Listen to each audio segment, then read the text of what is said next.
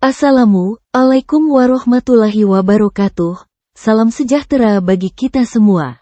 Om Swastiastu, Namo Buddhaya, salam kebajikan. Perkenalkan saya Amelia Putri Wulandari, asisten profesional dari admin Kumpul CASN Channel yang akan memandu teman-teman semua calon peserta ujian seleksi P3K tahun ini yang ingin berhasil mengikuti ujian nanti. Kami menyediakan modul belajar P3K dengan 212 formasi jabatan. Setiap modul berisi materi dan latihan soal seharga Rp50.000 dan juga paket tryout bank soal ujian teknis yang berisi 800 soal teknis seharga Rp99.000. Untuk info selengkapnya silahkan klik tautan di deskripsi video ini. Mari kita mulai belajar kita di video ini dengan berdoa menurut keyakinan kita masing-masing. Mentari menyengat si buah durian. Tetap semangat agar lulus ujian. Sekat berpijar si ikan teri. Semangat belajar bersama Amelia Putri. Tetap ikuti saluran channel ini. Semoga bermanfaat. Berikut ini merupakan materi pokok dan soal latihan seleksi kompetensi teknis P3K 2024. 5. Analis data ilmiah ahli pertama. Kompetensi umum. 1. Pengenalan ilmu data dalam analis data ilmiah. 2. Penelusuran dan pengelolaan data dan informasi ilmiah. 3. Rancangan kerja analisis data ilmiah. Kompetensi khusus. 1. Pengumpulan dan persiapan data. 2. Manajemen data. 3. Basis data. 4. Data mining. 5. Analisis dan interpretasi data. 1. Berikut ini yang bukan merupakan fungsi utama dari analisis data ilmiah adalah: A. Mengidentifikasi pola dan tren dalam data. B. Menguji hipotesis penelitian. C. Menghasilkan wawasan dan temuan baru. D. Membuat keputusan berdasarkan intuisi. E. Mendukung pengambilan keputusan berbasis bukti. Jawaban yang paling tepat dari soal di atas adalah D. Membuat keputusan berdasarkan intuisi. Pembahasan dari soal di atas, yaitu bahwa analisis data ilmiah berfokus pada pengambilan keputusan berdasarkan bukti dan temuan yang diperoleh dari data, bukan berdasarkan intuisi semata. Fungsi utama analisis data ilmiah meliputi identifikasi pola dan tren, pengujian hipotesis, menghasilkan wawasan baru, serta mendukung pengambilan keputusan yang didukung oleh data. 2. Dalam penelusuran dan pengelolaan data ilmiah, langkah yang tepat untuk memastikan kualitas dan integritas data adalah: A. Mengabaikan data yang hilang atau tidak lengkap. B.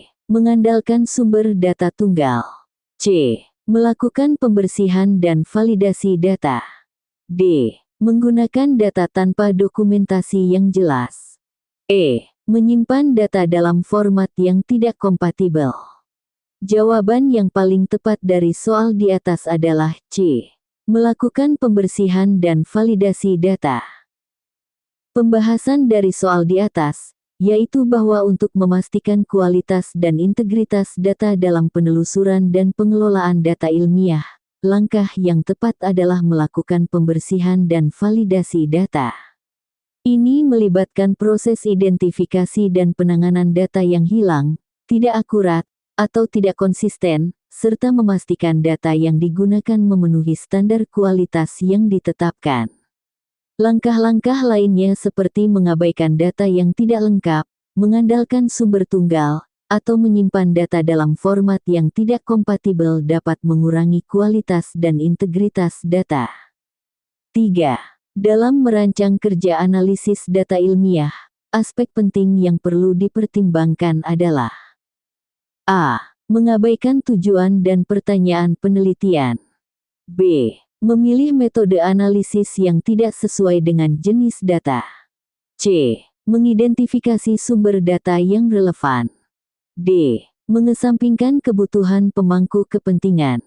E. Tidak mendokumentasikan proses analisis dengan baik. Jawaban yang paling tepat dari soal di atas adalah C.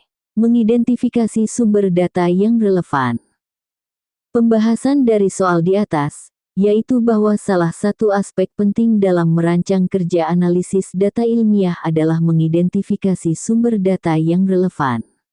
Hal ini melibatkan pemahaman yang jelas tentang tujuan dan pertanyaan penelitian, serta menentukan jenis dan sumber data yang diperlukan untuk menjawab pertanyaan tersebut.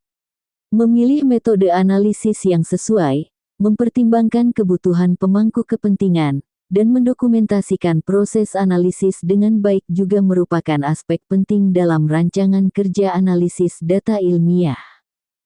4. Dalam tahap pengumpulan dan persiapan data, teknik yang digunakan untuk mengatasi data yang hilang, missing data, adalah A. Menghapus seluruh rekod yang mengandung data yang hilang. B. Mengabaikan data yang hilang dan melanjutkan analisis. C. Melakukan imputasi statistik untuk mengestimasi nilai yang hilang. D. Mengganti data yang hilang dengan nilai acak. E. Menyalin nilai dari rekod lain secara acak. Jawaban yang paling tepat dari soal di atas adalah C. Melakukan imputasi statistik untuk mengestimasi nilai yang hilang. Pembahasan dari soal di atas, yaitu bahwa salah satu teknik yang digunakan untuk mengatasi data yang hilang dalam tahap pengumpulan dan persiapan data adalah melakukan imputasi statistik.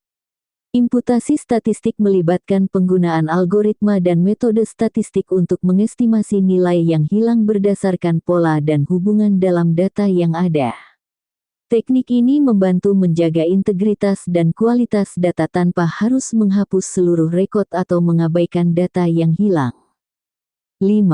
Dalam manajemen data, penggunaan sistem manajemen basis data (DBMS) bertujuan untuk A. Mengurangi integritas dan konsistensi data. B. Membatasi akses dan keamanan data. C. Meningkatkan redundansi dan duplikasi data. D. Mempermudah pemeliharaan dan pembaruan data. E. Menghambat integrasi data dari berbagai sumber. Jawaban yang paling tepat dari soal di atas adalah D. Mempermudah pemeliharaan dan pembaruan data.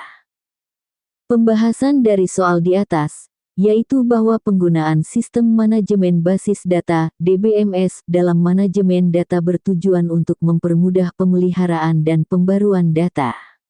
DBMS menyediakan mekanisme untuk menyimpan, mengatur, dan mengelola data secara efisien dan terstruktur. Dengan menggunakan DBMS, proses pemeliharaan data menjadi lebih mudah, seperti melakukan perubahan skema, menambahkan atau menghapus data, serta memastikan integritas dan konsistensi data. DBMS juga menyediakan fitur keamanan dan kontrol akses untuk melindungi data. 6. Berikut ini yang merupakan contoh penerapan teknik data mining dalam analisis data ilmiah adalah A. Melakukan uji hipotesis statistik. B. Membuat visualisasi data deskriptif. C. Menemukan pola tersembunyi dalam data. D. Melakukan persiapan dan pembersihan data. E. Menginterpretasikan hasil analisis secara naratif. Jawaban yang paling tepat dari soal di atas adalah C. Menemukan pola tersembunyi dalam data. Pembahasan dari soal di atas, yaitu bahwa contoh penerapan teknik data mining dalam analisis data ilmiah adalah menemukan pola tersembunyi dalam data.